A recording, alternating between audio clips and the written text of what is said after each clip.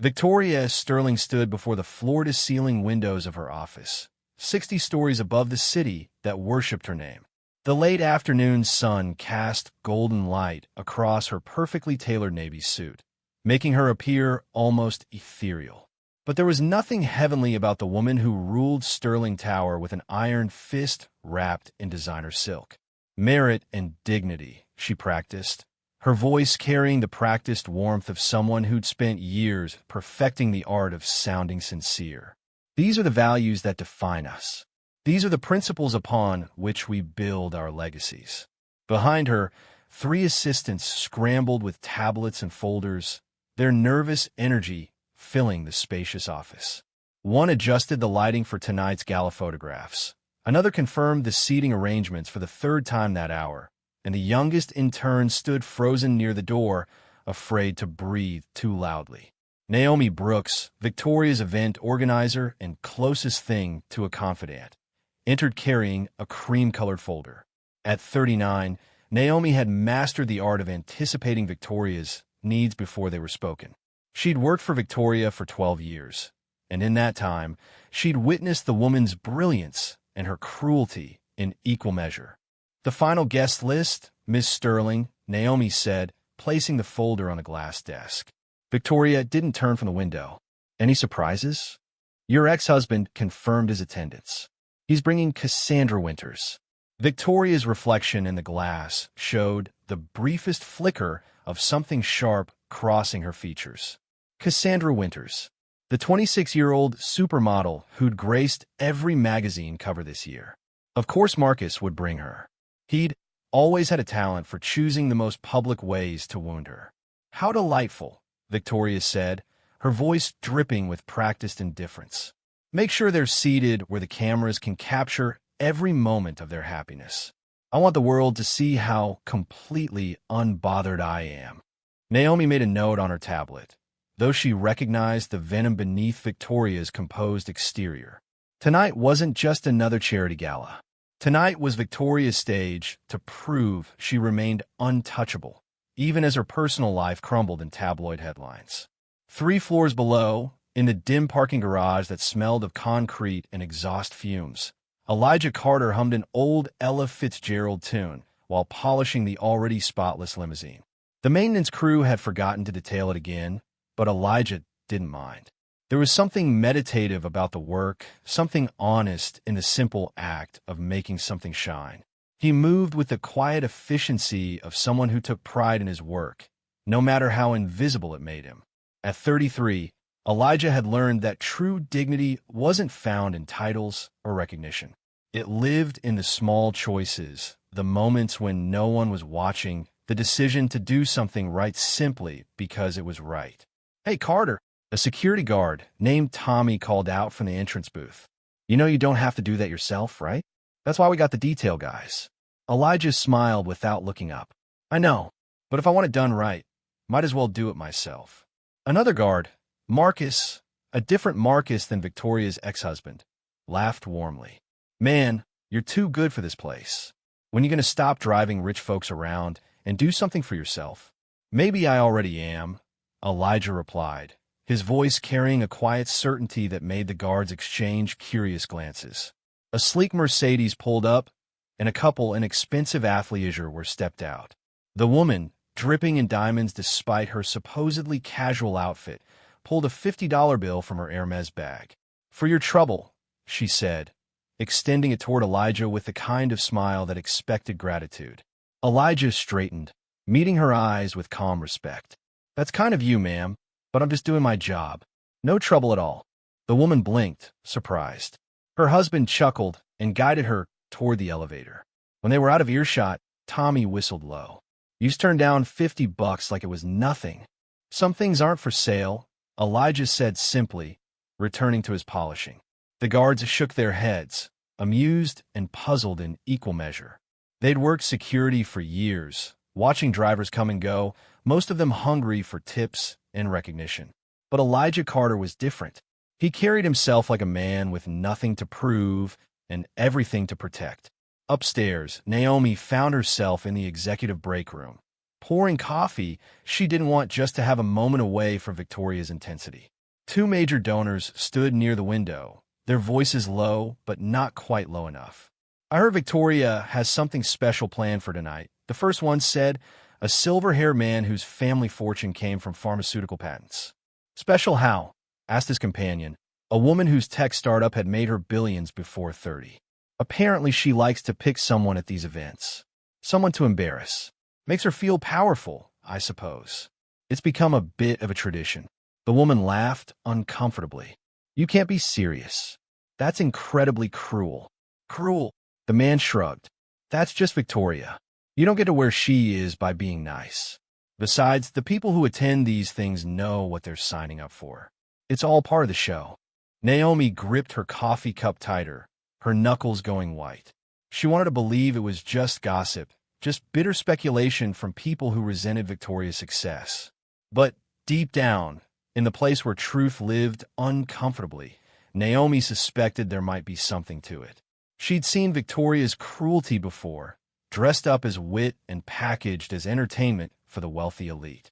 The afternoon moved toward evening, and Serena Sterling burst through Victoria's office door without knocking. Where Victoria was all sharp angles and controlled elegance, Serena carried a disheveled desperation that expensive clothes couldn't quite hide. At 37, she'd spent her entire life in her older sister's shadow, and the strain was beginning to show. "I need to talk to you," Serena said, her voice trembling between anger and pleading. Victoria didn't look up from the documents she was reviewing. "Unless you're here to confirm your attendance tonight. I'm quite busy." "I need money, Victoria. 50,000, just to cover some expenses until my investments come through." Now Victoria looked up, one perfectly shaped eyebrow arched in disdain. "Expenses? Is that what we're calling gambling debts now?" Serena's face flushed. "How did you? I make it my business to know everything, especially when it concerns family embarrassment. Did you really think you could lose 50,000 at poker games and I wouldn't find out?" Victoria leaned back in her chair, studying her sister like a specimen under glass. "The answer is no, Serena. I've bailed you out 3 times already. At some point, you need to learn that actions have consequences." "You're unbelievable," Serena whispered, tears threatening to spill. "You have millions, billions, and you can't help your own sister?" "I could help you," Victoria said coolly. "I simply choose not to. There's a difference. You want to know why? Because helping you would require you to never learn. And I'm not in the business of enabling weakness. You made your choices. Now live with them." Serena stood frozen for a moment, her hands clenched into fists at her sides. Then she turned and walked out, slamming the door hard enough to rattle the abstract art on the walls. Victoria returned to her documents as if the conversation had never happened. But Naomi, who'd witnessed the exchange from her corner desk, felt something cold settle in her stomach. This was the woman she'd devoted 12 years of her life to serving. This was the woman whose ruthlessness she'd excused as strength. Later that afternoon, Victoria slid into the back of the limousine, her phone pressed to her ear as she conducted 3 conversations simultaneously through different apps. Elijah closed the door gently and settled into the driver's seat, adjusting the rearview mirror until he could see her clearly. "The atelier on 5th, Victoria instructed, barely glancing at him. "And I'm in a hurry." "Yes, ma'am," Elijah replied, pulling smoothly into traffic. Naomi sat beside Victoria, tablet in hand, making notes as Victoria dictated changes to tonight's program. But Victoria's attention kept drifting, her mind clearly elsewhere. She ended her calls and stared out the window at the city streaming past. "I'm bored, Naomi," she said suddenly, desperately, devastatingly bored. "The gala is always exciting," Naomi offered carefully. "Is it? The same people, the same conversations, the same performance of caring about causes they'll forget the moment they're back in their penthouses." Victoria drummed her fingers against the leather seat. "Sometimes I think we need to shake things up. Remind everyone why they attend these events in the first place." Her eyes drifted to the rearview mirror, catching Elijah's reflection. He was focused on the road, his expression calm and professional, But Victoria noticed something she'd never paid attention to before. His shirt, though old, was pressed with military precision. His tie, though inexpensive, was knotted perfectly. Even his cufflinks, simple silver ovals, were polished to a shine. "Look at him," Victoria murmured to Naomi. "Our driver takes more care with his appearance than half the men who will be at the gala tonight." Naomi glanced at Elijah's reflection, uncertain where this was going. "I'm serious," Victoria continued, a strange smile playing at her lips. "He's more put together than Marcus will be, and Marcus spends $5,000 on suits." The fitting took an hour. Victoria emerged in a stunning emerald gown that made her look like old Hollywood royalty. As Elijah held the car door open for her return, Councilman Bruce Howard's voice crackled through Victoria's phone on speaker. "You should invite the help sometimes," Howard joked, his politician's laugh booming through the speaker. "Remind people of the hierarchy. That's what these events are really about, aren't they? Showing everyone where they stand in the world." Victoria paused, one foot in the car, an idea crystallizing in her mind like frost on glass. She looked at Elijah again, really looked at him, and something dangerous sparked in her eyes. "Naomi," she said slowly, "do we have any extra invitations?" Naomi's heart sank. "A few, yes." "What?" Victoria's smile widened, sharp as a knife. "Because I've just decided to make tonight interesting." They returned to Sterling Tower, where a small crowd of donors had gathered in the lobby, discussing tonight's event. Victoria stepped out of the car, then turned back to Elijah with exaggerated warmth that made Naomi's stomach turn. "Elijah," Victoria said, loud enough for everyone to hear, "you've been such a wonderful driver. So attentive, so professional. I'd like you to attend the gala tonight as my guest." The lobby went quiet. Heads turned. Phones appeared, cameras focusing. This was Victoria Sterling doing something unexpected, and everyone wanted to capture it. Elijah looked at her, his expression unreadable. For a long moment, he said nothing, and Victoria felt a flicker of uncertainty. What if he refused? What if he saw through her game and rejected the invitation publicly? That would be the real embarrassment. But then Elijah nodded slowly. "Thank you, Miss Sterling. I'd be honored to attend." Victoria's smile brightened, triumphant. "Wonderful. The gala begins at 7. I'll look forward to seeing you there." She swept into the building, followed by Naomi and the murmuring crowd. Behind them, Elijah stood beside the limousine, the invitation feeling heavy in his hands despite being just a card. From across the street, Darius Thompson watched the entire exchange through his camera lens. At 34, Darius had built a reputation as an investigative journalist who didn't back down from powerful people. He'd been following Victoria Sterling for months, digging into the political corruption that seemed to swirl around her like expensive perfume. But seeing Elijah standing there with that invitation changed everything. Darius had known Elijah since they were kids, growing up in the same neighborhood, dreaming the same dreams before life pulled them in different directions. He pulled out his phone and sent a quick text. "Brother, what are you doing? That woman is poison." A minute later, his phone buzzed with Elijah's reply. "It's complicated." Darius lowered his camera, worry settling in his chest. He knew that tone, even through text. Elijah was planning something, and whatever it was, it ran deeper than a simple invitation to a party. That evening, in his small studio apartment 15 blocks from Sterling Tower, Elijah stood at his kitchen counter, staring at the invitation. The card was heavy, expensive, embossed with gold lettering that caught the light. Around him, the apartment told the story of a simple life, carefully maintained. Books lined makeshift shelves, their spines worn from repeated reading. A single framed photograph showed a younger Elijah with a woman who had his eyes, both of them smiling at graduation. His phone rang.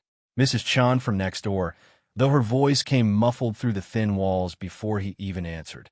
"Elijah, I saw fancy cars dropping you off. Did you win the lottery?" He smiled despite himself. "No, Mrs. Chun. Just an invitation to a party." "A party with rich people? You be careful. Those people, they eat their own kind for breakfast. What they do to someone like you." "I'll be careful," he promised, though he wasn't sure that was true. He cooked dinner, the same budget-friendly pasta he made 3 times a week, but his mind was elsewhere. Neighbors continued to text him, having seen the social media posts of Victoria's public invitation. The jokes came fast and friendly. "You gonna show up in your work uniform? Don't forget us little people when you're rich and famous. Take pictures of the food." "But it's fancy." Elijah responded to none of them. Instead, he sat at his small table, eating slowly, thinking about the choices that had brought him here. Finally, as the city lights flickered on beyond his window, he made his decision. He would attend, but not for the reasons Victoria Sterling expected. Back at Sterling Tower, Victoria held a strategy meeting with her core team. Champagne flowed freely as they discussed the evening schedule, the donation goals, the media coverage. But eventually, conversation turned to Elijah.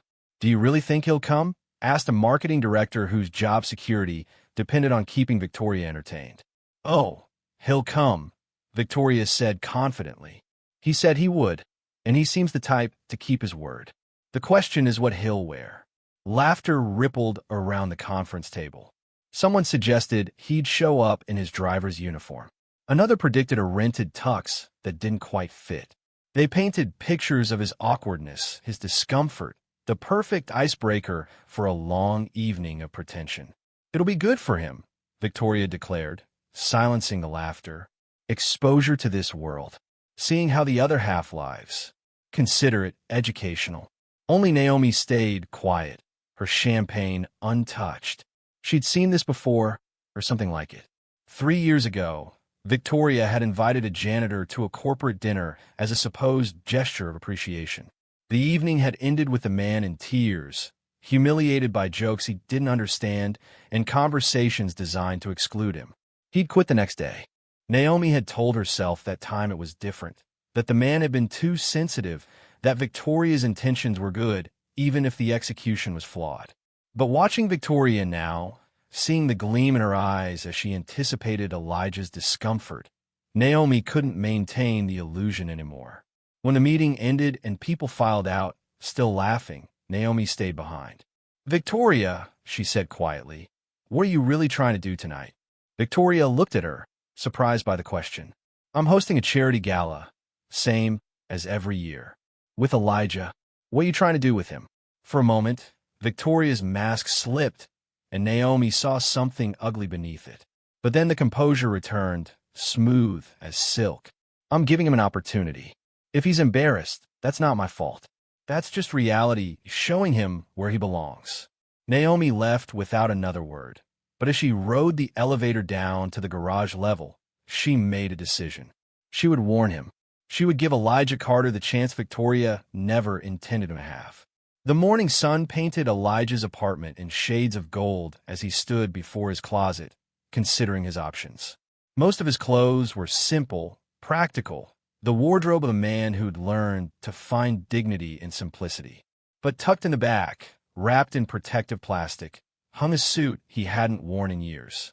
He pulled it out and laid it on the bed, running his fingers over the fabric. Then he checked his watch, grabbed his keys, and headed out into the city that was just beginning to wake.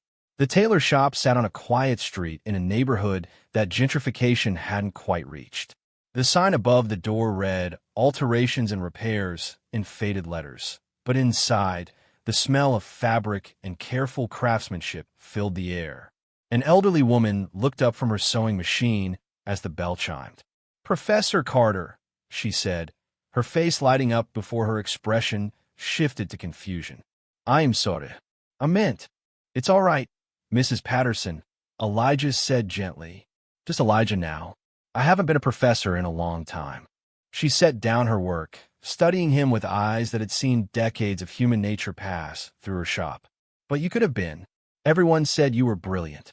What you were doing with your research, the papers you were publishing." She stopped herself. "I'm sorry. I shouldn't pry. I need your help with something," Elijah said, changing the subject as he always did when the past threatened to surface. "I have an event tonight. Something important. And I need to look like I belong there, even if I don't." Mrs. Patterson smiled knowingly. "You belong anywhere you choose to belong, young man. But let's make sure your outside matches the dignity you carry inside." While Elijah stood for measurements and adjustments, Across town, Sterling sat in an expensive cafe, stirring sugar into coffee she wouldn't drink. Gavin Hale slid into the seat across from her, his hedge fund shark smile firmly in place. "You look troubled," Gavin observed, signaling the waiter for an espresso. "My sister is a monster," Serena said flatly. "But you already know that." "I know she's a competitor," Gavin replied carefully. "One who's been outmaneuvering me for years. But monster seems harsh." Serena laughed bitterly. "She just refused to loan me $50,000. $50,000. She spends more than that on shoes." Gavin's eyes glinted with interest. "That must be frustrating. It's humiliating. I'm her sister, her family, and she treats me like I'm nothing." Serena leaned forward, her voice dropping to a whisper. "I want her to feel what that's like. Just once. I want her to know how it feels when everyone sees through her perfect image." "Tonight's gala would be the perfect opportunity," Gavin suggested smoothly. "All those cameras, all that attention. If something were to go wrong, it would be very public."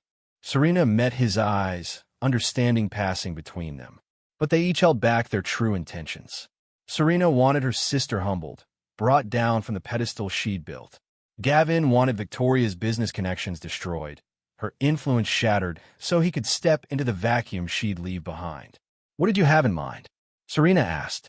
They spoke in low tones for an hour, plotting like conspirators in a palace drama, neither fully trusting the other, but both desperate enough to make an alliance. Afternoon found Naomi sitting in her car outside Elijah's apartment building, her hands gripping the steering wheel. She'd looked up his address in the employee files, telling herself this was the right thing to do, even as it felt like betrayal of Victoria. She climbed the stairs to the third floor and knocked on door 3B. When Elijah answered, surprise crossed his features. "Ms. Brooks? Is everything all right? I need to talk to you," Naomi said. "May I come in?" Elijah stepped aside, gesturing to the modest living room. Naomi sat on the edge of his worn but clean sofa, choosing her words carefully. "Mr. Carter, I think you should know that Ms. Sterling's invitation tonight might not be what it appears." "I assumed as much," Elijah said, settling into the chair across from her. His calm acceptance surprised her. "She's planning to humiliate you. In front of everyone. She does this sometimes, makes people into entertainment. I've seen it before and I stayed quiet, but I can't this time. You seem like a good person, and you don't deserve." "Ms. Brooks," Elijah interrupted gently, "I appreciate you coming here. I really do. But I'm not attending tonight because I believe in Ms. Sterling's generosity." Naomi blinked. "Then why are you going?" "Some debts are paid in silence, Ms. Brooks," Elijah said, his voice carrying a weight that made her shiver. "But some truths need to be spoken. Tonight is about both." He stood, indicating the conversation was over, but not unkindly. Naomi left more confused than when she'd arrived, but also strangely relieved. Whatever Elijah Carter was walking into, he was doing it with his eyes open. As evening approached, Victoria's mansion transformed into something from a fairy tale, if fairy tales were written by people who measured worth in dollar signs. Crystal chandeliers hung from ceilings tall enough to echo. Red carpet rolled down marble steps. Paparazzi gathered behind velvet ropes, their cameras hungry for celebrities and scandal in equal measure. Inside, staff moved with choreographed precision, adjusting flower arrangements, testing lighting, ensuring every detail met Victoria's exacting standards.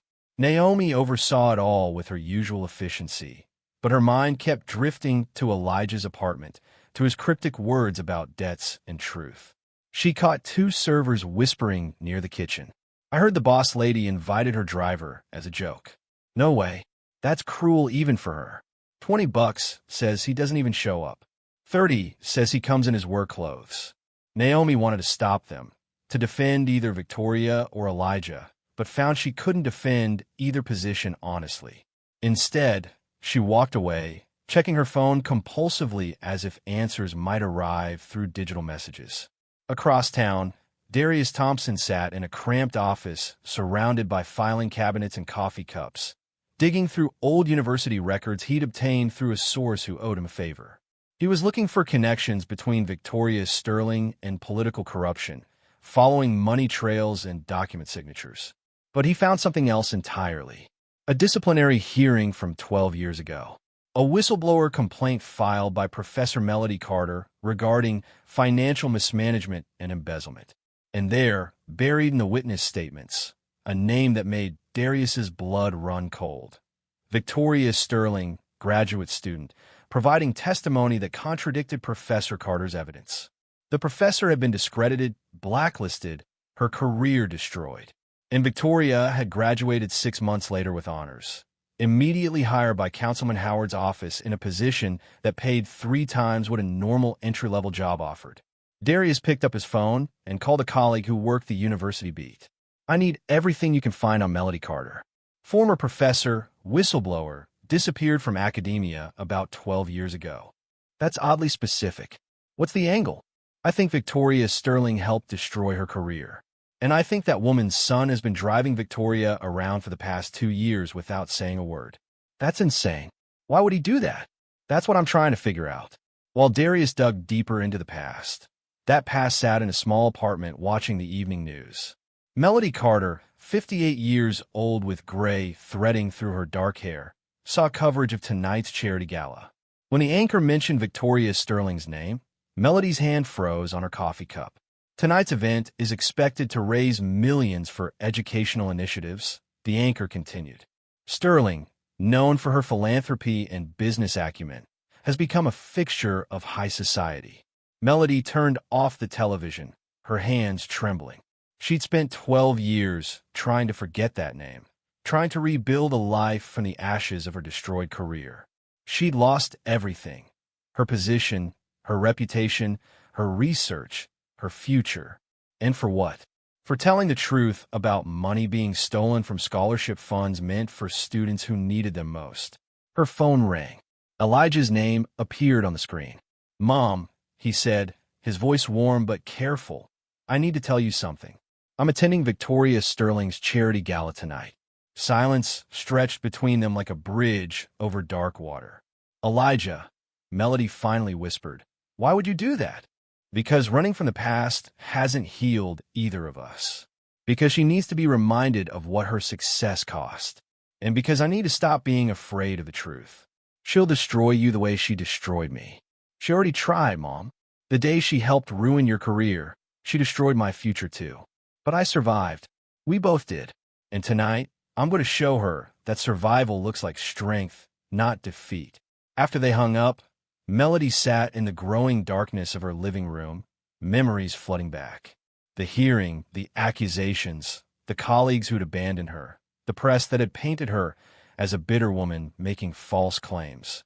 And through it all, Victoria Sterling's young face, so earnest and convincing as she testified against the woman who'd actually been trying to protect students' futures. Back at the mansion, guests began arriving in waves of designer gowns and tailored tuxedos. Luxury cars deposited passengers who air-kissed and laughed with the easy confidence of people who'd never worried about money. Victoria stood at the entrance in an emerald masterpiece, greeting each arrival with practiced warmth, her smile never quite reaching her eyes. Councilman Howard arrived with an entourage that included security and staff. He kissed Victoria's hand with exaggerated chivalry. "My dear, you've outdone yourself. This is spectacular." "Wait until you see the entertainment," Victoria replied, her eyes glittering with anticipation. "Oh, something special planned. Let's just say I'm expecting an interesting arrival. Someone who might surprise us all." Howard laughed, assuming this meant a celebrity or politician. He moved inside, working the room with the skill of someone who'd spent decades trading favors for power. Serena arrived alone, wearing a dress that cost more than Elijah's monthly rent, but somehow looked cheaper because of how she wore it, hunched with resentment instead of elevated by confidence. She avoided Victoria's greeting, slipping into the crowd like a shadow. The ballroom filled with people whose net worth could fund small countries. They sipped champagne that cost more per bottle than many Americans made in a week. They laughed at jokes that weren't funny and praised art they didn't understand. It was theater, all of it, a performance of wealth and status. Naomi stood to the side, checking her tablet compulsively. Servers had confirmed that Elijah hadn't called to cancel. The betting pool among staff had grown to over $200. Everyone waited for the driver who'd been invited as a joke to arrive and become the punchline. Victoria worked the room with expert precision, but her attention kept drifting to the entrance. Part of her hoped Elijah wouldn't show, that he'd seen through her game and chosen dignity over her trap. But a larger part, the part that had built an empire on always being right, needed him to come so she could prove she still controlled everything. Outside, cameras flashed as another limousine pulled up. A senator emerged with his wife. Then a tech billionaire who'd made headlines for buying a sports team. Then a famous actress who'd pivoted to philanthropy after her last movie bombed. But no Elijah Carter. Naomi stood on the front steps, looking down the driveway, her heart sinking. Maybe he decided not to come after all. Maybe he'd chosen to avoid humiliation rather than face it. She couldn't blame him if he had. Then headlights appeared at the end of the long driveway. But the car moving toward them wasn't Elijah's modest sedan or a taxi. It was a vintage Rolls-Royce, midnight blue and pristine, moving with the grace of old money and careful restoration. The crowd quieted, cameras swiveling toward this unexpected arrival. The car stopped precisely at the red carpet's edge. The driver's door opened, but no chauffeur emerged. Instead, Elijah Carter stepped out from behind the wheel, and the world seemed to pause. He wore a custom ivory suit that fit him like it had been designed specifically for his frame, because it had. The fabric caught the light perfectly, making him appear to glow against the evening sky. His shirt was crisp white, his tie a subtle charcoal that matched his pocket square. But it wasn't the clothes that made people stare. It was the way he wore them, with the quiet confidence of someone who knew exactly who he was and felt no need to apologize for it. Elijah handed his keys to a valet who stood frozen in shock, then walked toward the entrance with measured steps. Phones rose like a field of fireflies. Gasps rippled through the crowd. Someone whispered, "Who is that?" And someone else answered, "That's the driver. That's Victoria Sterling's driver." Naomi watched him approach, her mouth slightly open. This wasn't the man who'd sat in her office's modest apartment. This was someone else entirely, or perhaps this was who Elijah Carter had always been, underneath the uniform Victoria had assigned him. Inside, Victoria heard the commotion and moved toward the entrance. When she saw Elijah standing there, radiant and composed, her confident smile faltered for just a fraction of a second. This wasn't supposed to happen. He was supposed to look uncomfortable, out of place, a reminder to everyone of their proper social positions. But Elijah looked like he owned the night. Their eyes met across the red carpet, and in that moment, Victoria Sterling realized she'd made a terrible mistake. She hadn't invited a punchline to her party. She'd invited someone who might just steal the show. Elijah's arrival had shifted everything. The crowd that moments ago had been whispering cruel predictions now stood in stunned silence, trying to reconcile the elegant man before them with their assumptions about who a driver should be. Victoria recovered quickly, her years of public performance taking over. She glided toward Elijah with her arms extended, her smile bright enough to blind, cameras flashing around them like lightning. "Elijah," she said, her voice carrying just the right note of delighted surprise. "I'm so glad you could make it. And what a wonderful suit. I didn't know you owned something so elegant." The compliment was designed to remind everyone of what he was, a subtle knife wrapped in silk. But Elijah met her eyes with calm certainty. "I earned it, Miss Sterling," he replied simply. "A long time ago." The response landed like a stone in still water, ripples spreading outward. Something in his tone suggested history, depth, a story that contradicted the simple narrative Victoria had tried to write for him. Several guests exchanged glances, curiosity replacing their earlier amusement. Victoria's smile tightened almost imperceptibly. She gestured toward the ballroom. "Please come inside. I want you to enjoy yourself tonight." As they moved through the entrance, Elijah became the center of a gravitational pull he hadn't sought. Guests who'd never noticed him before now studied him with fascination. His posture, his bearing, the way he moved through the crowd without apology or arrogance. It all suggested someone who belonged in rooms like this, even if he'd chosen not to occupy them. Near the champagne fountain, two socialites whispered urgently to each other. That can't be her driver.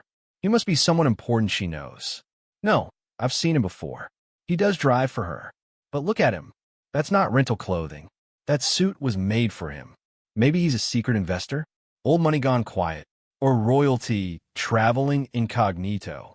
The speculation spread like wildfire through expensive perfume and designer labels. Everyone suddenly wanted to know who Elijah Carter really was, and no one wanted to admit they dismissed him so easily before. Councilman Howard watched from across the room, his politician's instincts tingling with warning. He'd built a career on reading power dynamics, and something about Elijah's presence threatened the careful hierarchy he and Victoria had cultivated. He approached Victoria, pulling her aside with practiced casualness. Who exactly is that man? Howard asked, his jovial mask slipping slightly. My driver, Victoria replied, though her voice lacked its usual confidence. I invited him as a gesture of goodwill. Goodwill. Howard studied Elijah across the room. He doesn't carry himself like someone who accepts charity, Victoria. He carries himself like someone who's waiting for something. The observation sent a chill through Victoria, though she refused to show it. She'd spent years controlling narratives, bending situations to her advantage. One well-dressed driver wouldn't change that. But then the crowd parted slightly, and Victoria saw Serena staring at Elijah with an expression that mixed shock with something approaching hope. Her sister had always been good at recognizing authenticity, even if she lacked it herself. And right now, Serena was looking at Elijah like he might be the answer to a question she hadn't known how to ask. Across the ballroom, Darius Thompson moved through the crowd with his press credentials visible, though tonight he was hunting a different kind of story. He found Elijah near a sculpture that probably cost more than both their childhood homes combined. Brother, Darius said quietly, using the term they'd called each other since they were 12. This is dangerous. You know that, right? Elijah smiled, the first genuine warmth he'd shown all evening. When has that ever stopped either of us? When we were stupid kids, sure. But we're adults now, and that woman has destroyed people for less than whatever you're planning. I'm not planning anything, Elijah said, accepting a glass of champagne from a passing server. I'm just here to watch. Sometimes the truth doesn't need help revealing itself. It just needs an audience. Darius wanted to argue, wanted to pull his oldest friend away from whatever collision course he'd set himself on. But he'd known Elijah too long to believe he could be swayed once his mind was made. Instead, Darius nodded slowly. Tonight is the night, then? Not for me to start, Elijah replied, his voice barely above a whisper. For her to finish what she began 12 years ago. Before Darius could respond, the lights dimmed slightly, signaling the beginning of the evening's formal program. Victoria took her position at the front of the room, where a small stage had been set up with a podium and microphone. Behind her, a screen displayed the logo of tonight's charitable cause, something about education funding that felt particularly ironic given the history Elijah carried. Good evening, everyone, Victoria began, her voice amplified through expensive speakers. Thank you all for being here tonight to support a cause close to my heart. Education is the foundation upon which we build our futures, the tool that transforms potential into... She stopped mid-sentence. Elijah had entered the main ballroom from a side entrance, and every head in the room turned to watch him move through the crowd. It wasn't intentional on his part. He'd simply been looking for a better vantage point. But the effect was undeniable. The crowd's attention shifted from Victoria to him like a compass needle finding north. For the first time in her adult life, Victoria lost control of a room she was supposed to command. She stood at the podium, mouth slightly open, watching her carefully planned moment dissolve into fascination with someone else. Cameras that should have been focused on her swiveled toward Elijah instead. She forced herself to continue, but her rhythm was broken. The speech that should have been stirring felt hollow, her words about merit and opportunity ringing false in a room that had just witnessed her attempt to humiliate someone for entertainment. When she finally finished, the applause was polite but distracted. People were already turning back to their conversations, back to speculation about the mysterious driver who looked like anything but. Dinner was served at tables that had been arranged with military precision. Elijah found himself at a table with several major donors, none of whom had any idea they were sitting with Victoria's driver. An elderly woman wearing diamonds that could fund a hospital asked him about his background. "You have an interesting accent," she observed. "Not quite local, but not foreign either. What did you study?" Elijah paused, his fork halfway to his mouth. This was the moment where he could deflect, could maintain the invisible barrier between his past and present. But something about the woman's genuine curiosity, so different from Victoria's performative interest, made him answer honestly. "I started at Columbia," he said. "Graduate work in economics and social policy. But I didn't finish." The table went quiet. Columbia wasn't a school for people who drove cars for a living. It was a school for people who ran companies, countries, futures.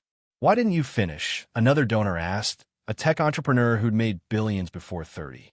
"Life had other plans," Elijah replied, his voice carrying a weight that discouraged further questions. But the damage, or perhaps the revelation, was done. Word spread through the ballroom like electricity through water. Victoria's driver had studied at Columbia. Victoria's driver spoke like someone with education that rivaled or exceeded most of the guests present. Victoria's driver was not what he appeared to be. Victoria heard the whispers and felt her carefully constructed evening slipping further from her control. She approached a nearby table, determined to reassert her dominance through humor. "I see you've all met Elijah," she said brightly, her smile sharp as glass. "He's the best parking attendant we've ever hired. Isn't it wonderful how diverse our event is?" The words were designed to put him back in his place, to remind everyone of the hierarchy she'd established. But they landed wrong. Instead of laughing, the guests shifted uncomfortably. The cruelty was too obvious, too unnecessary. Even in a room full of people who'd built fortunes on ruthlessness, there were limits to acceptable behavior. Elijah set down his champagne glass carefully. When he spoke, his voice was gentle but firm, carrying a dignity that made Victoria's jabs seem petty in comparison. "Respect is free, Ms. Sterling," he said quietly. "We give it or we don't. But it says more about who we are than who we're speaking to." The silence that followed was absolute. Several guests nodded almost imperceptibly. Others looked away from Victoria, embarrassed on her behalf. She tried to diminish him and instead had diminished herself. Victoria's face flushed, but she maintained her composure.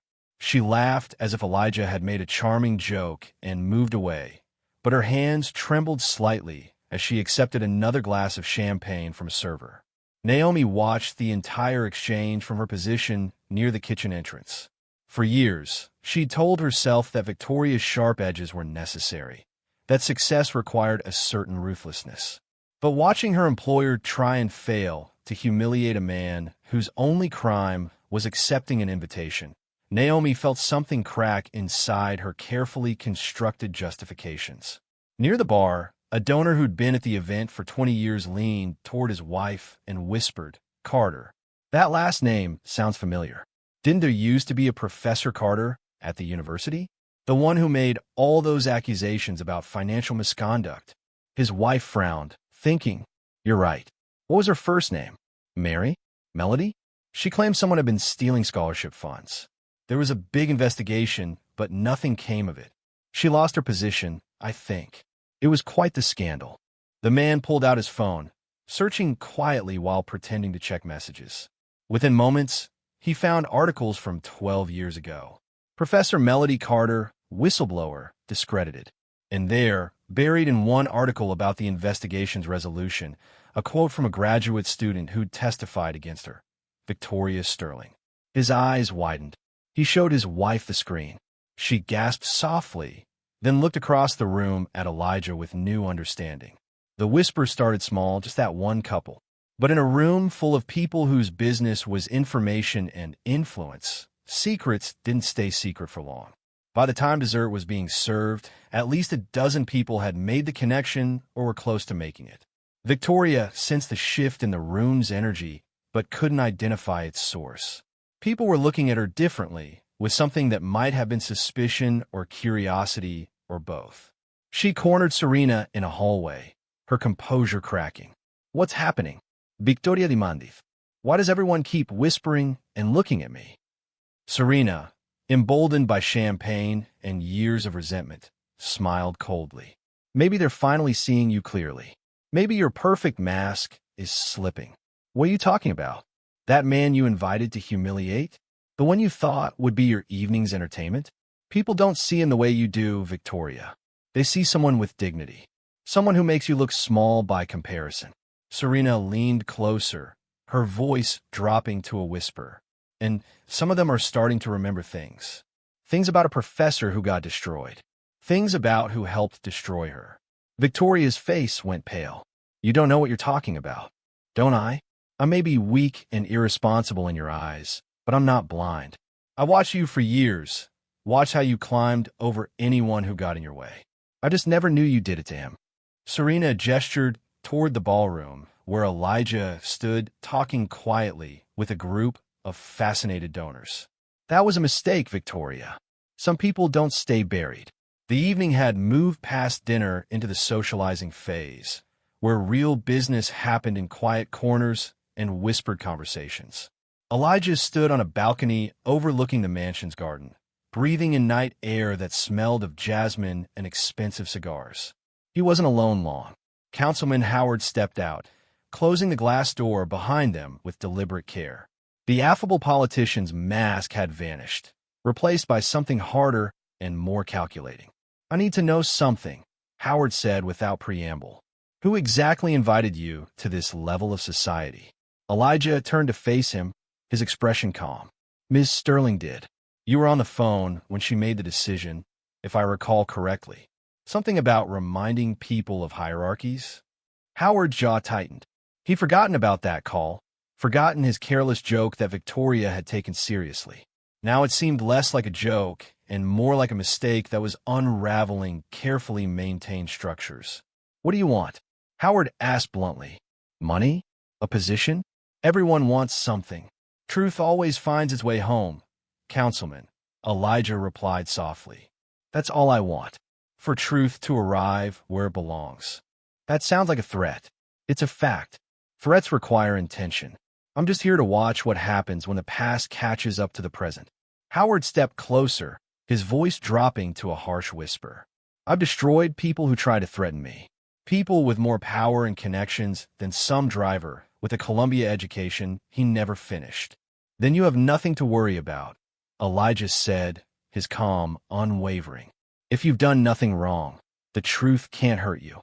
Howard stared at him for a long moment, trying to find a crack in Elijah's composure. Finding none, he turned and walked back inside, his mind already working through damage control scenarios. Inside, Elijah's phone vibrated. He pulled it out and saw his mother's name on the screen. He answered, moving to a quieter corner of the balcony. "Mom, be careful tonight, Elijah." Melody's voice carried fear wrapped in love. "The truth ruined us before. It could do it again. This time I choose how it ends," Elijah said firmly. "This time we're not powerless graduate students and professors being crushed by people with more money than morals. This time I'm standing in her house, wearing a suit I earned, and she's the one who's afraid. Just don't lose yourself in revenge. That's not who I raised you to be. This isn't revenge, Mom. It's restoration. There's a difference." They talked for a few more minutes before Elijah hung up and returned inside. He didn't know that across town, Darius Thompson was sitting in his office with Naomi Brooks, who'd called him an hour ago asking to meet. "I have something you need to see," Naomi said, pulling out her laptop. "I've been Victoria's assistant for 12 years. I've kept her secrets, managed her affairs, protected her reputation. But tonight, watching what she tried to do to that man, I realized I can't do it anymore." She opened a folder filled with documents. Emails, financial records, correspondence between Victoria and Howard from 12 years ago. Evidence of a coordinated effort to discredit Melody Carter, to bury her whistleblowing complaint, to ensure the investigation found nothing wrong. She was stealing from scholarship funds, Naomi explained, her voice shaking. Not directly, but she knew about it. Howard was skimming money, and Victoria found out when she was a graduate student. Instead of reporting it, she made a deal. She'd help him cover it up, testify against the professor who was investigating, and in return, he'd give her a position in his office after graduation. It was her entry into the world of power and money.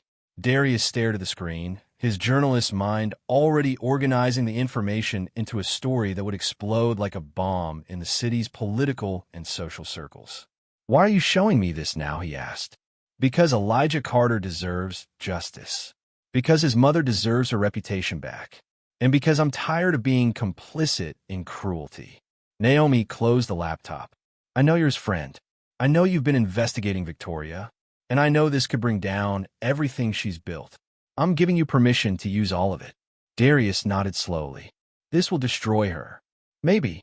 Or maybe it will force her to finally face what she did and become something better. Either way, the truth deserves to be told." Back at the mansion, the rumors had grown from whispers to conversations.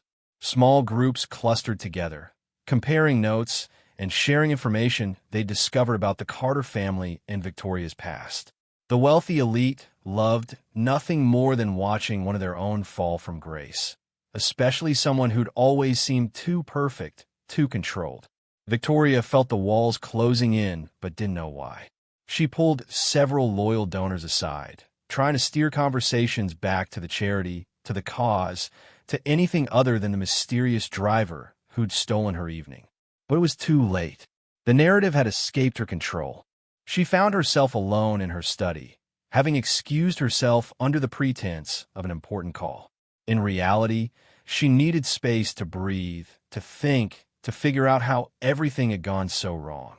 She stared at her reflection in the window, seeing not the powerful businesswoman she'd cultivated, but something more fragile underneath. Her phone buzzed. A text from Serena. "They know. Multiple people have made the connection to Professor Carter. You should prepare yourself." Victoria's hand shook as she set down the phone. She'd thought burying the past meant it would stay buried. She convinced herself that success justified the means, that time erased consequences. But standing alone in her study while her carefully constructed world crumbled outside, she realized how foolish she'd been.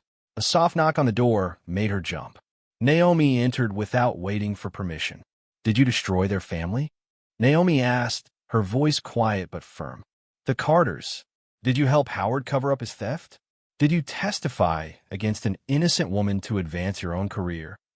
Victoria wanted to lie, wanted to deflect, wanted to summon the icy composure that had served her for years. But something about Naomi's expression, hurt and betrayal mixed with disappointment, broke through her defenses. "Yes," Victoria whispered. "I was 24 years old. I was terrified of staying poor. Howard offered me a way out, a way up, and I took it. I told myself the professor was probably wrong anyway, that the investigation would sort everything out fairly. But I knew, deep down, I knew she was right, and I was helping bury the truth." "And you never felt guilty? Never thought about what you took from them?" "Every day," Victoria admitted, surprising herself with the honesty. "But guilt doesn't change the past, and the world rewards winners, not the regretful. I simply took what I deserved." "Deserved?" Naomi's voice hardened. "You deserved nothing. You earned nothing. You stole it from people who couldn't fight back, and you spent 12 years pretending it made you strong." She moved toward the door, pausing with her hand on the handle. "I'm resigning after tonight. I'll help you get through the rest of this evening because that's who I am, not because you've earned my loyalty. But after this, I'm done being part of your cruelty." Naomi left, leaving Victoria alone with her reflection and her regrets. Outside the study, the evening continued. Elijah moved through the crowd with quiet grace, neither seeking attention nor avoiding it.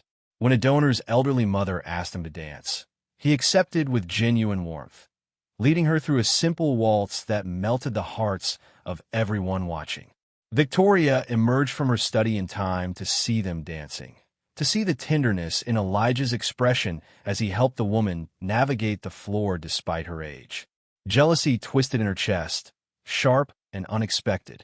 Not romantic jealousy, but envy of the ease with which he earned respect, the authenticity that drew people to him. She approached him as the dance ended, catching his arm before he could move away. "Why did you really come?" she asked, her voice low enough that only he could hear. Elijah looked at her, and for the first time that evening, she saw something in his eyes that looked like pity. "To return something that was taken," he said softly, "and to let you reveal why it was stolen in the first place." Victoria felt her breath catch. "You want revenge?" "No, Miss Sterling. I want acknowledgement. I want truth. I want my mother's name cleared and her reputation restored. Revenge would be easy. Justice is harder. And if I refuse, then you reveal who you really are, and the world makes its own judgment. Either way, the truth comes out. You just get to decide whether you're part of the solution or part of the problem."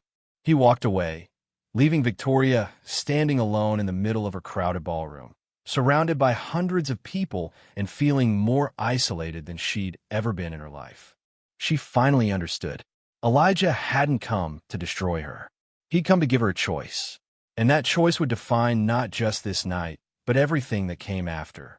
Victoria's confrontation with Elijah left her shaken in ways she hadn't experienced since she was a struggling graduate student terrified of remaining poor. She retreated indoors, away from the eyes that seemed to follow her everywhere now, away from the whispers that grew louder with each passing minute. She found refuge in a powder room decorated in marble and gold, locking the door behind her. Staring at her reflection in the ornate mirror, Victoria gripped the edge of the sink until her knuckles turned white. Her emerald gown, which had made her feel powerful just hours ago, now seemed like a costume, a disguise for someone playing a role they'd never truly earned. "I will not be outshined by a chauffeur," she whispered to her reflection, though her voice lacked conviction. "I built this. I earned this. I deserve to be here." But even as she spoke the words, she heard their hollowness. She'd built her empire on someone else's ruins. She'd earned her position through betrayal. And tonight, in front of everyone who mattered in her world, that foundation was crumbling. Her hands trembled as she reapplied lipstick she didn't need, trying to reconstruct the armor of perfection she'd worn for so long. Outside, on the grand staircase connecting the mansion's 2 floors, Naomi found Darius waiting for her. He'd come to the gala as press, but now he was here as Elijah's friend, as someone seeking justice for a family that had been destroyed. "I told you everything," Naomi said quietly, glancing around to ensure they weren't overheard. The emails, the financial records, the timeline of how Victoria and Howard coordinated to discredit Melody Carter. "It's all documented." "Why now?" Darius asked, studying her face. "You've worked for her for 12 years. You could have come forward any time." Naomi's eyes glistened with unshed tears. "Fear looks a lot like loyalty when you're surviving. I told myself I was being professional, that it wasn't my place to judge, that everyone does questionable things to get ahead. But watching her tonight, watching her try to humiliate a good man for entertainment, I realized I'd been lying to myself. I stayed because I was afraid of starting over, afraid of losing the comfort and security her success provided me.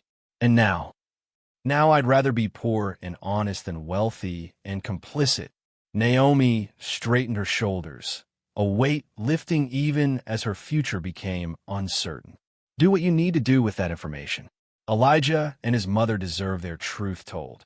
Darius nodded slowly, respect clear in his expression. "You're doing the right thing. That takes courage. It takes too long," Naomi corrected sadly. Real courage would have been doing this 12 years ago. In a small sitting room decorated with antique furniture and original artwork worth more than most people's homes, Serena found Elijah standing by the window, looking out at the garden where guests mingled in the warm evening air. "I need to ask you something," Serena said, her voice nervous but determined. Elijah turned to face her, his expression open and kind. "Of course. Are you going to expose her? Publicly, I mean. Are you going to destroy Victoria the way she destroyed your mother?" Elijah was quiet for a moment, considering his words carefully. "I'm not here to destroy anyone, Miss Sterling. I'm here because the truth deserves to exist without hiding. Whether that destroys your sister or forces her to become someone better, that's her choice, not mine. Serena's eyes filled with tears. I've hated her for so long. Hated how perfect she seemed, how successful, how everyone admired her while treating me like her disappointing shadow. But hearing that she built everything on lies and betrayal, it doesn't make me happy. It just makes me sad that we both wasted so much time being people we're not. You deserve better than being anyone's shadow, Elijah said gently. You deserve to be your own person, making your own choices, building your own life on your own terms. It was the first genuine kindness Serena had received in years, perhaps in her entire adult life. She wiped at her tears, something shifting inside her. Not revenge against Victoria, but the beginning of freedom from the toxic dynamic that had defined their relationship. Thank you, Serena whispered, for seeing me as more than just her sister. We're all more than the roles people assign us, Elijah replied. The question is whether we have the courage to step into who we really are. Back in the main ballroom, guests continued their evening, but the atmosphere had fundamentally changed. What had started as Victoria Sterling's showcase had become something else entirely. People clustered in small groups, their conversations intense and focused. Information spread like wildfire through the crowd, each person adding their own piece to the puzzle. A philanthropist who'd known Melody Carter professionally spoke quietly to a group near the dessert table. She was brilliant, absolutely brilliant. Her research on economic inequality and educational access was groundbreaking. When she filed that whistleblower complaint, I believed her immediately. The woman had integrity in her bones. But then the investigation cleared everyone, and suddenly she was the one being investigated for false accusations. It destroyed her career overnight. And Victoria Sterling testified against her, someone asked. According to what I've heard tonight, yes. Sterling was a graduate student at the time, working in Howard's office. She provided testimony that contradicted Professor Carter's evidence. Shortly after, Sterling got a prestigious position that launched her entire career. Phones lit up around the room as people discreetly searched for old articles, connecting dots that had seemed unrelated until tonight. The story was coming together, piece by piece, and Victoria's carefully constructed image was dissolving with each revelation. Near the bar, a tech billionaire showed his wife a recording on his phone. Someone captured audio earlier when Victoria called Elijah a prop. She thought the microphones were off, but they weren't. It's already spreading online. His wife watched the clip, her expression hardening. That's cruel, unnecessarily cruel. And after seeing how he's conducted himself tonight, it makes her look petty and small. It's worse than that, the billionaire said, scrolling through his phone. People are digging up the old scandal. They're making the connection between Elijah and Professor Carter. By morning, this will be everywhere. Victoria finally emerged from her self-imposed isolation, having changed into a different gown, a subtle cream color that suggested softness and approachability. It was a calculated move, an attempt to reset the evening's narrative. She took her position at the front of the room, preparing to give another speech, this one about second chances and lifting people up. But as she began to speak, she could see the skepticism in her guests' eyes. They'd heard her prop comment. They knew about her past. Her words about compassion and opportunity rang hollow against the reality of her actions. We gather here tonight, Victoria said, her voice carrying across the room, to celebrate the power of education to transform lives, to lift people from circumstance into possibility. Several guests exchanged glances. The irony was almost painful. Here was a woman who'd helped destroy an educator's life, now pontificating about education's importance. Victoria pressed on, but she could feel the room slipping away from her. The applause when she finished was polite but cold, the kind of recognition given out of social obligation rather than genuine appreciation. Councilman Howard, sensing the danger to his own reputation, cornered Elijah near the ballroom's exit. His earlier politician's charm had vanished completely, replaced by barely contained aggression. You need to stay in your lane, Howard hissed, his face close enough that Elijah could smell expensive scotch on his breath. Whatever you think you're accomplishing here tonight, It ends now. You're in over your head, boy. Elijah met his gaze without flinching. You and Victoria built your roads on the backs of others. Roads paved with stolen money meant for students who needed it, with careers destroyed to protect your secrets, with lies dressed up as testimony. The only person in over their head is you, councilman, because the truth has a way of rising, no matter how deep you try to bury it. A nearby guest, a prominent lawyer who'd been pretending to check her phone, had heard every word. Her eyes widened, and she immediately stepped away to make a call, though whether to her own contacts or to authorities, Elijah couldn't tell. Howard's face flushed with rage, but before he could respond, another guest called him away for a photo opportunity. He left with a final threatening glare at Elijah, not realizing his words had already been overheard and would soon be repeated throughout the room. Naomi stood near the kitchen entrance, her tablet in hand, but her attention elsewhere. She received a message notification and glanced at her phone. What she saw made her blood run cold. The audio recording of Victoria calling Elijah a prop had been posted anonymously on social media. Within minutes, it had thousands of shares. News outlets were picking it up. The story was going viral in real time. She looked across the ballroom at Victoria, who was trying to engage a group of donors in conversation, unaware that her world was catching fire online. Naomi should warn her, should help her prepare for the fallout. But she'd already decided she was done protecting Victoria from the consequences of her own cruelty. Instead, Naomi quietly sent the recording link to several major news outlets with a simple message. Victoria Sterling's true character, recorded at tonight's charity gala. Victoria, oblivious to the digital wildfire spreading beyond the mansion's walls, raised her champagne glass to propose a toast. To humility, she declared, her smile bright and false. The quality that keeps us grounded no matter how high we rise. But when she looked around the room, expecting others to raise their glasses in response, she found only awkward silence. No one joined her toast. The clink of crystal she expected never came. The silence was louder than any accusation, more damning than any spoken criticism. For the first time in her adult life, Victoria Sterling stood completely alone in a room full of people. Elijah watched from across the ballroom, his expression neutral but his eyes sad. He hadn't wanted this humiliation for her. He'd wanted acknowledgement, truth, justice for his mother. But watching Victoria's face as she realized no one would drink to her toast, he felt no triumph. Only the heavy weight of watching someone confront their own emptiness. To break the terrible tension, to restore some dignity to a moment that had become cruel despite his intentions, Elijah began to clap. Not for Victoria, but for the staff who'd worked tirelessly to create the evening. The servers, the kitchen crew, the people who made events like this possible but rarely received recognition.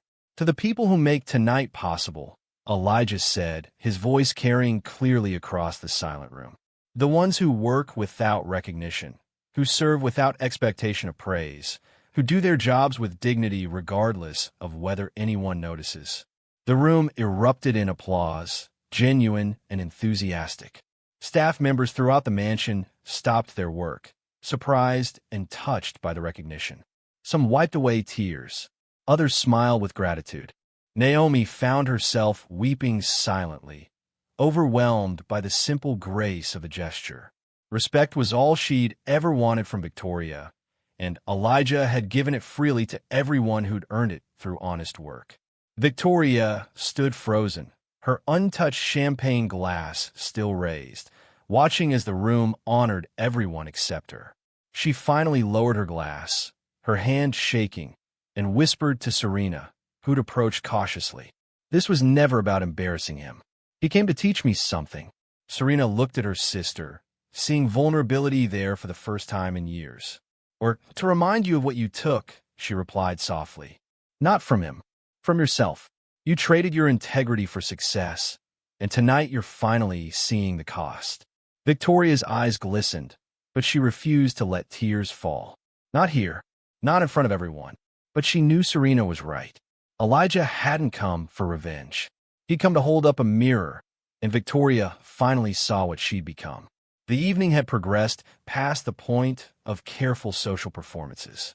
Real emotions simmered beneath the surface, threatening to break through at any moment. Elijah stepped onto a balcony for fresh air, needing a moment away from the intensity of the ballroom. He wasn't alone long. The glass door opened behind him, and he turned to find someone he'd never expected to see tonight. His mother, Melody Carter, stood in the doorway, elegant in a simple black dress that carried more dignity than all the designer gowns inside combined. Elijah's composure cracked for the first time all evening. "Mom, what are you doing here?" "Darius called me," Melody said, stepping onto the balcony.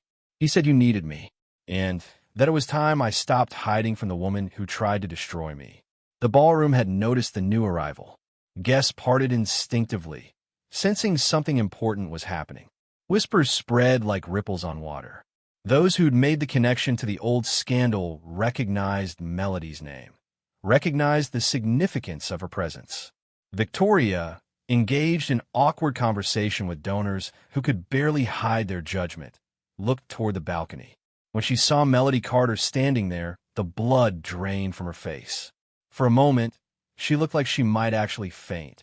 Her champagne glass slipped from her fingers, shattering on the marble floor with a sound like breaking ice. Serena watched her sister's reaction and felt an unexpected surge of something that wasn't quite satisfaction, but wasn't sympathy either. For years, Victoria had seemed untouchable, unshakable.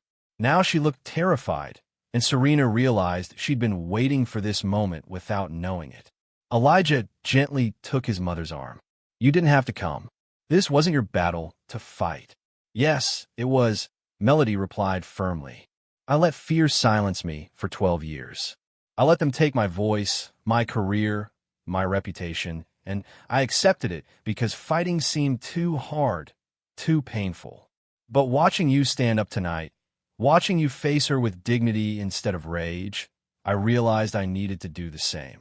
For myself, if not for you." They walked back inside together, mother and son, their presence commanding the room in a way that wealth and status never could. Real courage, real integrity, real dignity, these things couldn't be bought or faked. They had to be lived. Victoria stood frozen as they approached, unable to move, unable to speak. Every carefully constructed defense she'd built over 12 years crumbled in the face of the woman whose life she'd helped destroy. Naomi, watching from her position near the entrance, made a decision. She signaled discreetly to the technical crew, the same people who'd accidentally broadcast Victoria's cruel comment earlier. They understood immediately and prepared the sound system. Elijah brought Melody to a quiet corner of the ballroom, away from the crowd but still visible. Victoria followed as if pulled by invisible strings, drawn toward a confrontation she'd spent 12 years avoiding. "I didn't ask her to come," Elijah said quietly, looking at Victoria. "This wasn't my plan." "Truth doesn't ask permission," Melody replied, her voice steady despite the emotion Elijah could see in her eyes. "It simply arrives when it's ready." Victoria finally found her voice, though it came out barely above a whisper. "Professor Carter, I don't know what to say." "Then listen," Melody said, not unkindly but firmly. 12 years ago, I discovered that scholarship funds were being embezzled. Money meant for students who desperately needed it was being diverted to private accounts. I reported it because it was the right thing to do, because those students deserve better. Guests had moved closer, forming a loose circle around them. Phones were out, but for once, they remained pointed down, as if even the most social media obsessed recognized this moment deserved privacy. "The investigation should have been straightforward," Melody continued. "I had documentation, financial records, email trails. But then witnesses started changing their stories. Evidence disappeared. And you," she looked directly at Victoria, "you testified that I'd fabricated evidence, that I was a bitter employee making false accusations." "I was afraid," Victoria whispered. "I was 24, drowning in student debt, desperate to escape poverty. Howard offered me a way out if I helped him. I told myself you were probably wrong anyway, that the truth would come out regardless of what I said. But you knew I was right, Melody said, her voice breaking slightly.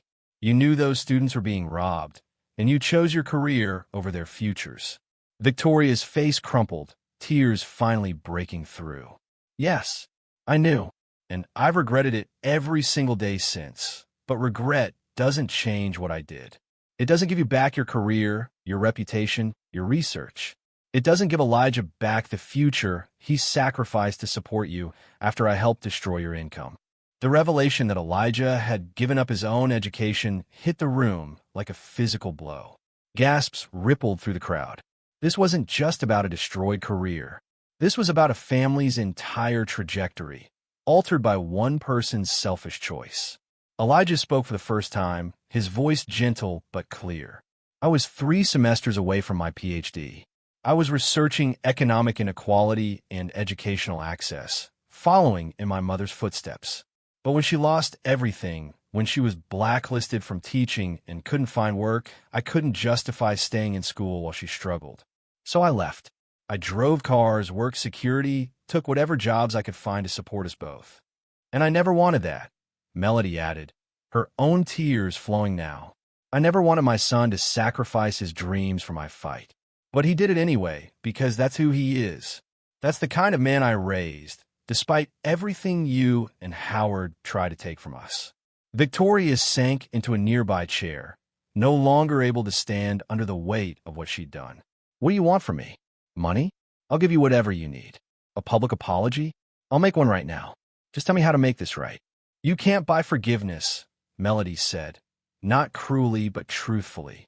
Money doesn't erase the past 12 years of struggling, of being unemployable in the field I devoted my life to, of watching my son give up his future to protect mine.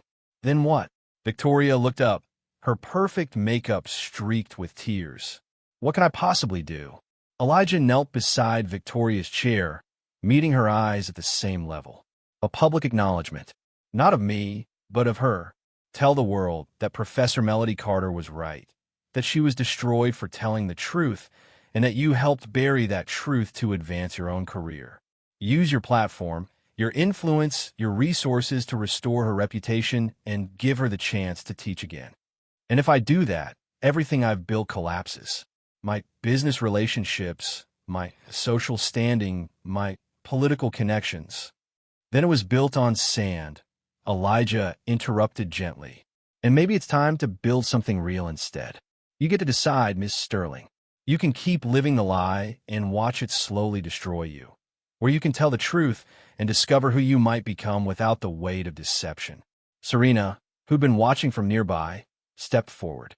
Her voice was stronger than Elijah had heard it before, as if witnessing truth being spoken had given her permission to find her own. I'll support whatever you decide to do, Serena said to Victoria. But I'm tired of being part of your cruelty, tired of living in the shadow of someone who built their empire on lies. If you choose to make this right, I'll stand with you. If you choose to keep hiding, I'll walk away and build my own life. Either way, I'm done being your accomplice. For the first time in their adult lives, Serena was the stronger sister. Victoria looked at her younger sibling with new eyes, seeing not weakness, but courage she'd never possessed. Naomi approached quietly, her resignation already written and ready to submit. But she offered one final service to the woman she'd served for 12 years. The audio of you calling Elijah a prop is viral, Naomi said softly. News outlets are running the story. By morning, everyone will know what happened here tonight. You have maybe an hour to get ahead of it, to control the narrative by being honest before you're forced to be. After that, the choice is made for you. Victoria looked around the ballroom at the faces watching her, some with judgment, some with curiosity, some with the cruel anticipation of witnessing a fall from grace. She saw her entire world, built so carefully over so many years, balanced on the edge of a precipice. And then she looked at Melody Carter, at the woman she'd wronged, at the dignity that hadn't been destroyed despite everything Victoria had taken from her. She looked at Elijah, at the grace he'd shown by giving her a choice instead of simply destroying her. She looked at Serena, at her sister who was finally becoming someone independent and strong. Victoria stood slowly, smoothing her dress with trembling hands. She walked to the center of the ballroom, and without being asked, the technical crew activated the microphone system. Every eye in the mansion turned toward her. This was the moment. The choice. The truth or continued lies. Everything she'd built or everything she might become. Victoria took a deep breath and began to speak. The ballroom had fallen into absolute silence. Every conversation stopped mid-sentence. Every glass was set down. Every phone was raised to capture what happened next. Victoria Sterling stood under the massive crystal chandelier, its light making her appear both illuminated and exposed. Her hands gripped the sides of the podium, knuckles white with tension. Naomi had positioned herself near the technical booth, ensuring every word would be recorded, broadcast, preserved. This wasn't sabotage anymore. This was documentation. History being made in real time. Victoria's voice, when it finally came, was stripped of its usual polish and performance. It trembled with genuine emotion, raw and unfiltered. 12 years ago, she began, her words echoing through the sound system. I was a graduate student drowning in debt and terrified of the future. I was working in Councilman Howard's office when Professor Melody Carter filed a whistleblower complaint. She discovered that scholarship funds, money meant for students who desperately needed it, were being embezzled and diverted to private accounts. The crowd remained frozen, barely breathing. This wasn't the speech anyone had expected. Professor Carter was right, Victoria continued, tears streaming down her face without restraint.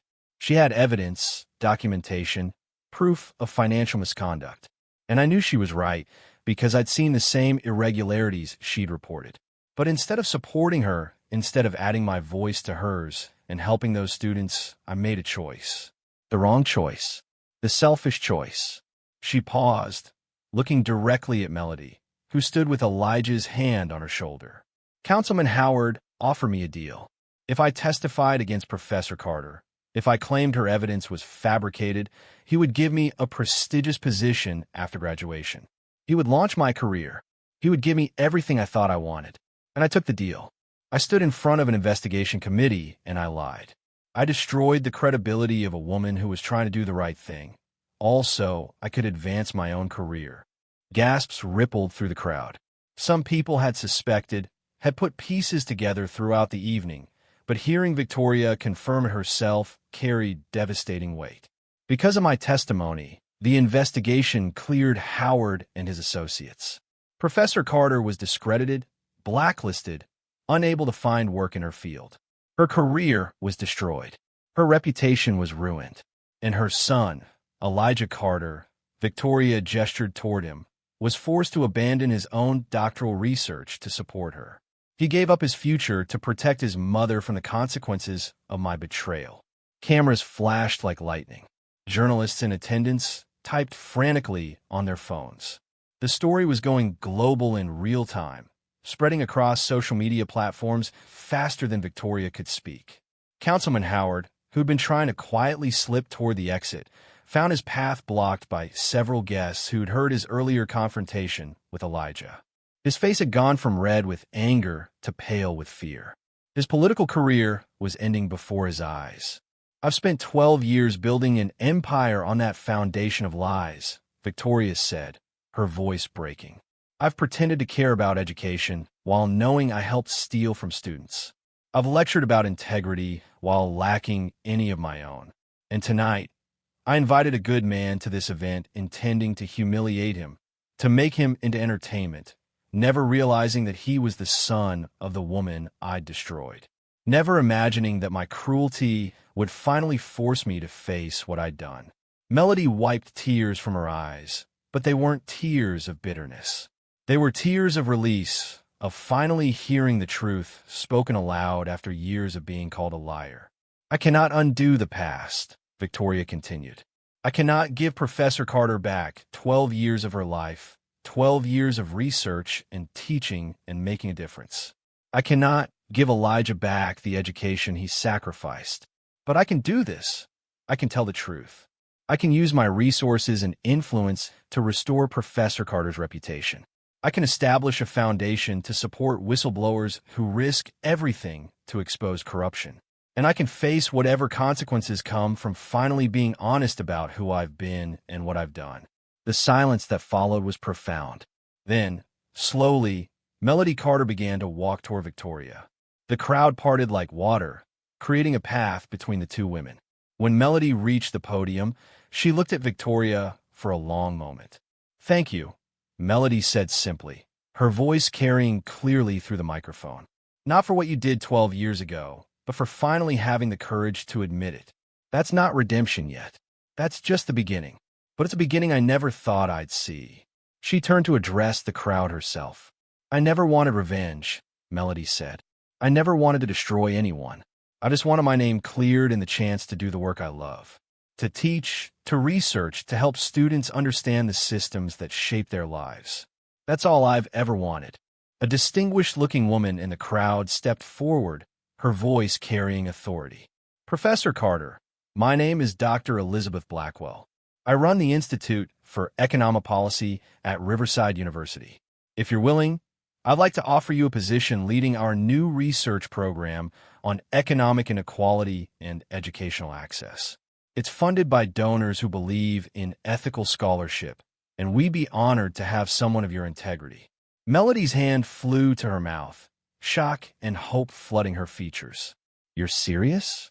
"Completely. We've actually been looking for someone to lead this initiative for months. Your work from 12 years ago is still cited in academic circles. The people who matter never stop believing in you." Melody turned to Elijah, tears streaming freely now. Her son smiled, pride and relief mixing in his expression. "Take it, Mom," he said softly. "Take back what's yours." The ballroom erupted in applause, genuine and thunderous. Not for Victoria, but for Melody.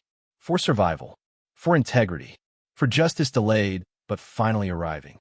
Councilman Howard, seeing the direction everything was moving, made one last attempt to save himself.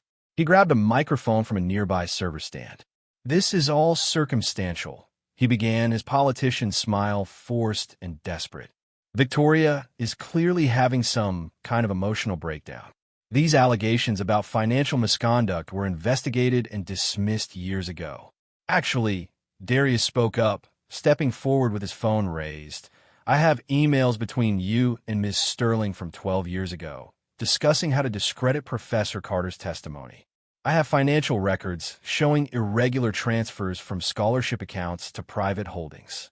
And I have documentation of payments made to witnesses who suddenly changed their stories during the investigation." Howard's face went from pale to gray. "Where did you get those?" "A source who finally decided truth matters more than loyalty," Darius replied, glancing at Naomi, who stood tall despite her fear. Two men in dark suits approached Howard from the crowd. "Councilman Howard, we're with the federal prosecutor's office. We've been monitoring this situation remotely for the past hour. We'd like you to come with us for questioning." Howard's protests were drowned out by whispers and phone cameras as he was escorted from the mansion. His decades of carefully constructed power crumbled in minutes, destroyed not by opposition, but by his own corruption finally catching up to him. Victoria watched him leave, understanding that her own reckoning was just beginning. She stepped down from the podium, no longer the hostess, no longer in control. Just a woman facing the consequences of her choices. Gavin Hale, who'd been watching everything with calculating eyes, approached Victoria as the crowd began to fragment into smaller conversations. "That took courage," he said, and for once, his words carried no manipulation. "Real courage. I came here tonight hoping to watch you fall, to profit from your downfall. But watching you choose truth over self-preservation, that's something I didn't expect." "Don't misunderstand," Victoria replied wearily. "I didn't do this to be noble. I did it because I finally couldn't live with the alternative anymore." "Sometimes that's the only honest reason," Gavin said. He extended his hand. "I won't use this against you. You've punished yourself more effectively than I ever could." Victoria shook his hand, surprised by the unexpected mercy. Serena found her sister sitting alone on a bench in the garden, having slipped away from the chaos inside. She sat down beside Victoria, neither speaking for a long moment. "I'm stepping away," Serena finally said. "Not as your shadow, not as your enemy, but as my own person. I'm selling my jewelry to pay my debts myself. I'm starting a wellness business, something small and mine. It might fail, but at least it'll be an honest failure." Victoria looked at her sister, seeing strength there she'd never noticed before. "You're braver than I ever was." "No, Serena querecti dientri. I'm just finally tired of being afraid. There's a difference." She stood, smoothing her dress. "I don't forgive you for how you've treated me over the years. But I don't hate you either. I just want us both to be better, separately." She walked back toward the mansion, leaving Victoria alone with her thoughts and the distant sound of the party that had become something entirely different than planned. Inside, Naomi approached Melody and Elijah, her resignation letter folded in her pocket. "I'm sorry," Naomi said, her voice thick with emotion. "I should have done something years ago. I should have looked deeper, asked harder questions, refused to be complicit. I'm sorry it took me so long." "You did it when you were ready," Melody replied kindly. "That's all any of us can do." Elijah pulled an envelope from his jacket pocket and handed it to Naomi. "Dr. Blackwell asked me to give you this. Apparently, the research program needs an administrative director, someone with organizational skills and an understanding of how institutions work, someone who's learned the cost of silence and the value of speaking up." Naomi opened the envelope with shaking hands, reading the job offer inside. It paid less than working for Victoria, but it offered something money couldn't buy, the chance to be part of something meaningful. "I don't deserve this," she whispered. "None of us deserve grace," Melody said. "We just receive it and try to do better." Morning light filtered through Victoria's bedroom windows, finding her still awake, still in last night's gown, watching news coverage of her confession on every channel. The headlines were brutal but honest. Some praised her courage. Most condemned her actions. All agreed her empire was fundamentally changed. Her phone had been buzzing for hours with calls she didn't answer, emails she couldn't read, messages from lawyers and public relations firms offering damage control she no longer wanted. She'd spent 12 years building a perfect image, and in one night, she'd demolished it herself. Strangely, she felt lighter than she had in years. The weight of maintaining lies was heavier than facing truth, even when truth was devastating. Across town, Melody Carter stood in her small apartment, looking at the formal offer letter from Riverside University. A research position, a teaching load, graduate students to mentor. Everything she'd lost, returning in a form she'd never expected. Elijah was making breakfast, the same budget-friendly meal they'd eaten for years, though soon they'd be able to afford better. But some habits were worth keeping, reminders of where they'd been and what they'd survived. "Are you going to accept?" Elijah asked, setting a plate in front of his mother. "Yes," Melody said, her voice certain. "Not because Victoria made her confession, but because I've earned this. I've spent 12 years refusing to let them define me, refusing to believe the lies they spread. This position isn't charity. It's recognition that integrity doesn't expire. I'm proud of you, Mom. I've always been proud of you." Melody reached across the table and took her son's hand. "What about you? Dr. Blackwell mentioned they'd be happy to have you return to finish your doctorate. You were so close before everything fell apart." Elijah was quiet, looking out the window at the city waking up. He thought about lectures and research, about the life he'd planned before circumstances intervened. Part of him missed it desperately, but another part had grown in different soil. "I want to think about it," he said finally. "For so long, I've been defined by what was taken from me. Maybe I need to figure out who I am now, not who I was supposed to be then." Later that morning, Victoria stood in the Sterling Tower conference room, facing her board of directors. Every face around the table carried judgment or calculation or both. "We'll need your resignation," the chairman said without preamble. "Effective immediately. The company's reputation is built on my reputation," Victoria interrupted calmly, "which I destroyed myself last night. I understand. I've already drafted the resignation, but I'd like to make one request." The board members exchanged glances, suspicious of any request from the woman who'd just torpedoed their stock price. "I want to establish a foundation," Victoria continued. Funded entirely by my personal assets, not company money. A foundation to support whistleblowers who expose corruption, to help people who lose their careers for telling the truth. I'll name it after Melody Carter, with her permission.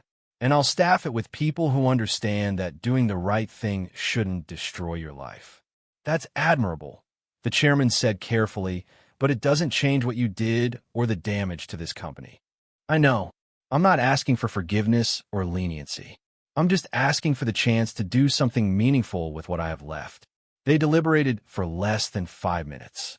The answer was yes, probably because having Victoria quietly working on redemption was better than having her publicly bitter and potentially revealing more company secrets.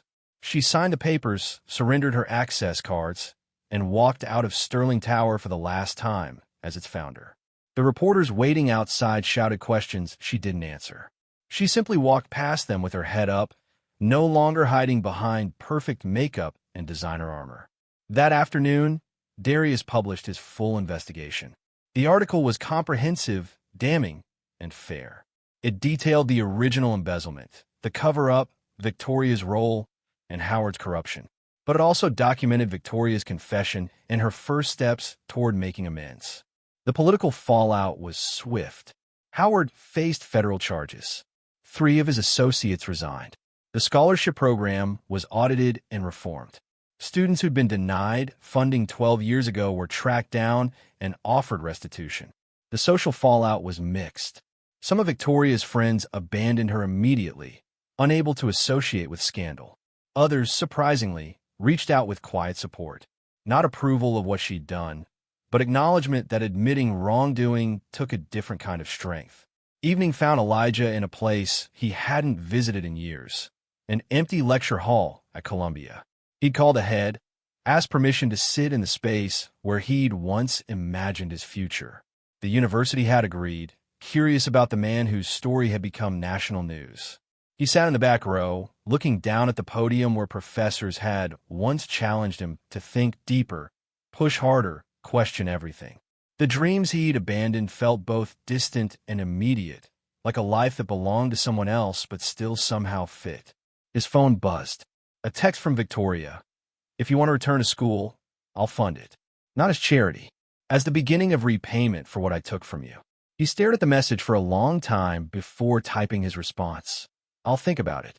But if I return, it'll be on my own terms in my own time. Not because you're paying, because I'm ready. Her reply came quickly. That's fair. That's more than fair. Serena sat in a small storefront she'd rented with money from selling her diamond bracelet, the one Victoria had given her 3 birthdays ago. The space was empty except for paint samples and design magazines. She was building something from nothing, and the uncertainty was terrifying and exhilarating in equal measure. Her phone rang. Victoria's name appeared on the screen. Serena hesitated, then answered. I'm not calling to offer money or advice, Victoria said quickly. I just wanted to say I'm sorry. For years of making you feel less than, for using you as a convenient target for my own insecurities, for being the sister you deserve better than. Serena felt tears prick her eyes. I appreciate that, but sorry doesn't fix the past. I know, but maybe it's a start for different futures. Separate ones, like you said. I hope your business succeeds, Serena. Genuinely hope it. Not because it reflects on me, but because you deserve something that's entirely yours. After they hung up, Serena sat in her empty storefront and cried. Not from sadness, but from the release of finally being seen by her sister as a person rather than a reflection. A week later, a small group gathered for dinner at a modest restaurant, the kind of place that served good food without pretension. Elijah and Melody, Darius and Naomi, Serena by herself. They become unlikely allies, bound by a shared experience of truth and transformation. Victoria arrived last, uncertain if she was welcome. She wore jeans and a simple sweater, no diamonds, no designer labels. Just herself, stripped of armor. Melody stood first, and for a moment, Victoria thought she'd be asked to leave. Instead, Melody gestured to an empty chair. If you want to join us, just come as yourself. Victoria sat slowly, overwhelmed by the grace of the invitation. It wasn't forgiveness, not yet, but it was possibility. They ate and talked, the conversation flowing easier than anyone expected. They discussed Melody's new research position, Naomi's role in the foundation, Serena's business plans, Darius's follow-up articles. They talked about the future without pretending the past didn't exist. Elijah watched them all. These people whose lives had been tangled together by one woman's choice 12 years ago and another choice just 1 week past. He thought about debt and payment, about revenge and restoration, about the difference between the two. Some debts are paid in silence, he said quietly, more to himself and the group. But forgiveness must be spoken. Victoria looked at him, hope and fear mixing in her expression. I don't expect forgiveness. I don't deserve it. Maybe not, Elijah agreed. But maybe that's not the point. Maybe the point is choosing to be better than what was done to us. Choosing grace even when it's not deserved, because that's how cycles break instead of repeat. Melody reached across the table and placed her hand over Victoria's. The gesture was small, but profound. Thank you, Victoria whispered, the words inadequate but sincere. For giving me a chance to start again. Now we start again, Melody replied. All of us. Not forgetting, but not staying frozen in the past either. We move forward carrying what we've learned but not letting it define everything we become. Outside the restaurant, the city continued its endless motion. People rushed past, unaware that inside, a quiet miracle was happening. Not dramatic or cinematic, just the slow, difficult work of people choosing to be better than their worst moments. Elijah walked out into the evening air, breathing deeply. He'd accomplished what he'd set out to do. Not revenge, but revelation. Not destruction, but the opportunity for reconstruction. Whether Victoria or any of them truly changed remained to be seen. But the possibility existed now, and possibility was enough. He pulled out his phone and made a call he'd been considering for days. Columbia University admissions? Yes, I'd like to inquire about reinstating a doctoral candidacy that was suspended 12 years ago. The name is Elijah Carter. I believe I still have 3 semesters remaining. As he walked through the city streets, past buildings that had witnessed both his lowest moments and his quiet triumph, Elijah smiled. The future was uncertain, but for the first time in 12 years, it felt like his to choose. Behind him, in the restaurant, the unlikely gathering continued. Imperfect people trying to do better, supporting each other's attempts at growth, building something new from the rubble of the past. It wasn't a fairy tale ending. It was something more honest, a beginning that acknowledged the cost of what came before while refusing to be trapped by it. And in a world that often confused revenge with justice, that quiet choice felt almost revolutionary. The story didn't end with punishment or perfect redemption. It ended with people deciding that truth, however painful, was the only foundation worth building on. Everything else was just temporary shelter from storms that would eventually come anyway. And perhaps that was the real lesson. That dignity isn't found in never falling, but in how you choose to stand back up. That grace isn't earned, but given freely by those brave enough to offer it. That the future doesn't erase the past, but it doesn't have to be held hostage by it either. As night fell over the city, 8 people whose lives had been forever changed by choices made and choices corrected continued their meal, their conversation, their tentative steps toward whatever came next. The cameras had moved on to other stories. The headlines would fade, but the quiet work of becoming better would continue, one choice at a time, one day at a time, one act of integrity at a time. And that was enough. When you build your success on someone else's destruction, does the height you reach ever feel like solid ground? Or are you just waiting for the fall? If you enjoyed this story of truth, redemption, and the courage it takes to face what we've done, hit that like button and subscribe for more powerful stories that make you think.